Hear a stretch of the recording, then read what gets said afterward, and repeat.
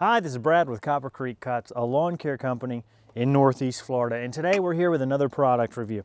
You may have seen my recent review on Echo's 58-volt hedge trimmer. This is their 58-volt PAS system. It will work with some of those gas attachments. Now, just like the 58-volt hedge trimmer, this runs on the same 2 or 4 amp hour batteries.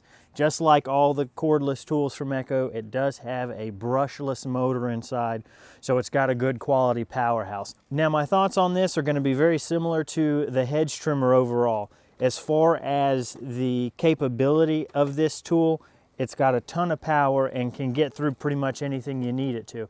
I use it primarily with the string trimmer, edger, and articulating hedge trimmer attachment, and it powers all those no issues. That being said, just like the hedge trimmer, there were a few things I ran into. First thing that happened with unit number 1 that I got to try out was a power loss over time. All right, now I just switched to the turtle mode and nothing is happening. Head's not locked up.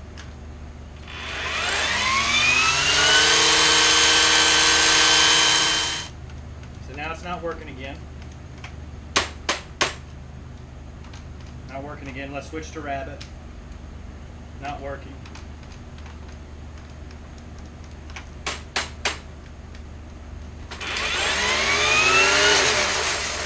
Something's loose. Something's loose.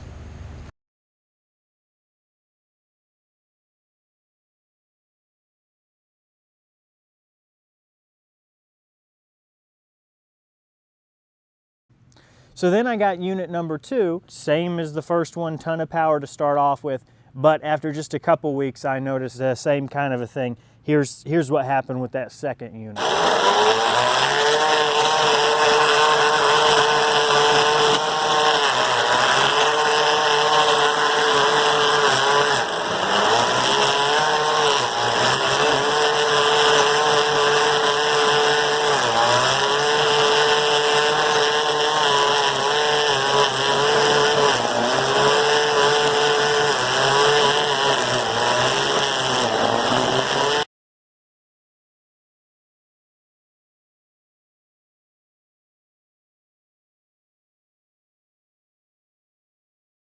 So now this is actually unit number 3, and I think I've kind of dialed in on what's happening. I talked to some other people who I know were using these, and I asked them if they had any kind of similar issues, and they didn't. They didn't say they had any kind of power loss over time or any issues with loose wires or anything like that. The difference is none of them were using the edger attachment. This power unit is not recommended for use with the curved string trimmer or the curved edger attachment.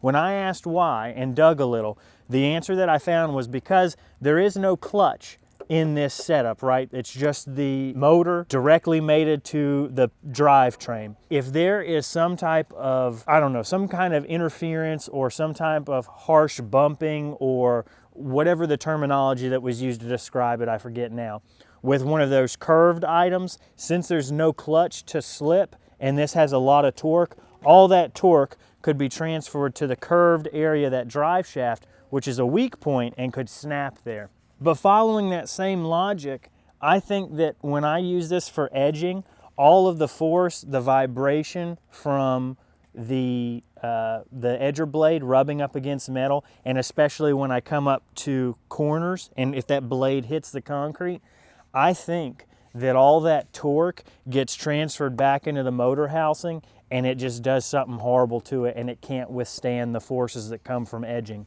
Now that's just completely a Brad theory. Echo hasn't been able to prove or disprove that. I've shared that with them in their service department, but that's my 2 cents. And with this one at least, this is the 3rd unit, I'm not using this for edging. I'm going to use it for string trimming and hedge trimming only. So that's kind of the first gripe with it, is that at least for my experience, I can't recommend you edge with it. As far as runtime, it gets decent runtime. I mainly, if you're gonna compare it to gas, you're really only gonna be running it in the rabbit position. So here you see you've got turtle and rabbit.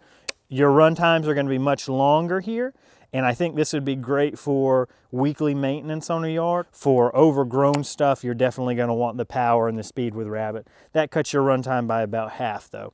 So for a 2 amp hour battery, maybe you get 30 minutes. With a 4 amp hour, you're looking closer to an hour, depending on what tools you use. But that's my experience, that, you know, when I've been doing combination edging and string trimming, maybe 30 minutes for the 2 amp hour and an hour for the 4 amp hour battery.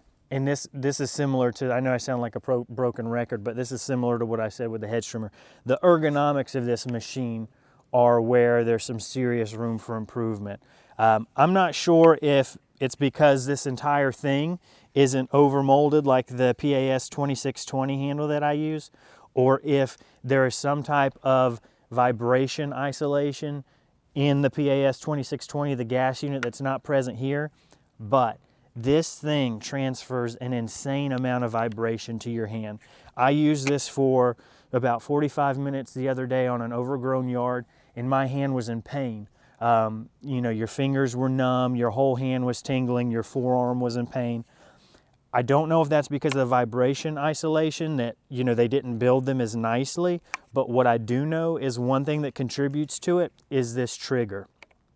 When you strip all this out, the trigger that's inside here is actually like a power drill switch. It's used on a Ryobi chainsaw. And the amount of tension that's needed to depress this switch, especially to full throttle, has got to be at least twice that of the gasoline PAS 2620. Now that doesn't sound like a big deal, but it's an incredibly big deal. And here's what I mean. It takes so much of your forearm to squeeze it that you actually have to double up on your fingers like this. You can't do this for very long. Maybe you can, I can't. But that is one thing that really contributes to vibration issues and power equipment, is how hard you grip something.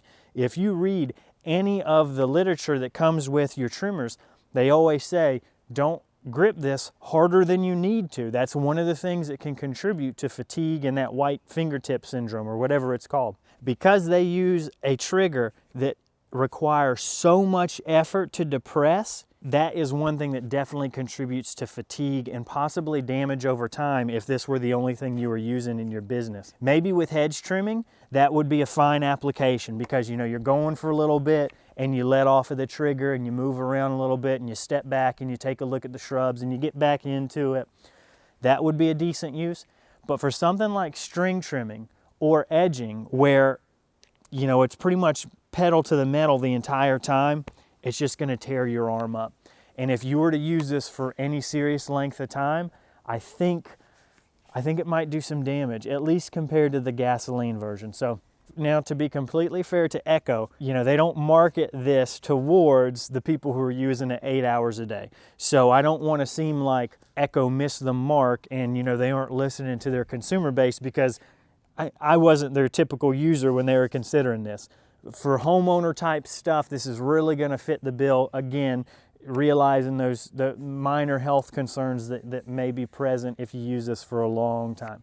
Now, that being said, STIHL and both Ego are opening up their battery-powered lineups to professionals. I know STIHL's been in the UK with their backpack batteries for a long time, and something like that, I think that when those battery-powered backpacks are fully refined, all the kinks worked out of them, that's when commercial guys in the US are really going to start considering electric equipment. Because when you can cut out the 2 or the 4 pounds from this back end from the battery, and, you know, you just plug something in, then you're really talking about a weight savings over gas. And at least right now, all the battery powered stuff seems to have the same weight as gas units, right? So you're not really getting a benefit there. I think if Echo wants to get on that ball game, there's a couple things they have to do, and this would be the biggest one, because there's just, I know it seems silly to harp on such a small thing as the pull of a trigger, but it makes such a huge difference, and it's such a health issue that until this is fixed, there's not really any way that I could say this is a must buy, or it's something you have to have. I think that if you already have a gas PAS system and some of the attachments, this is a great supplement. And if you're okay with those caveats that I talked about, maybe not edging with it and realizing that there might be some uncomfortableness here if you use it for extended duration of time, then it's something you should definitely look into. So all that is my review, my thoughts on the Echo 58 volt Pro attachment system. I think it's a great product with a lot of potential, but right now just has a few issues to work through. Now, one thing I don't want is confusion between Echo having a subpar product and Echo being subpar. As you may know, I'm part of their user advisory group. That's a volunteer position. Nobody gets paid or any kind of monetary compensation for trying Echo products or making videos on Echo products. On top of that, there's expectations for us. It's not a free ride. We have content obligations that we need to give back to the community so we can help others grow their businesses. One of the really great things about the user advisory group, though, is that Echo has given us free rein to say what we think. So I can make this video that has some relatively negative things to say about this unit without having any kind of worries or fear. And in addition, I received this first PAS unit 6 or 7 months ago, back in May. So they've been working with me this whole time. We've probably got 4 or 5 hours in emails and phone calls back and forth.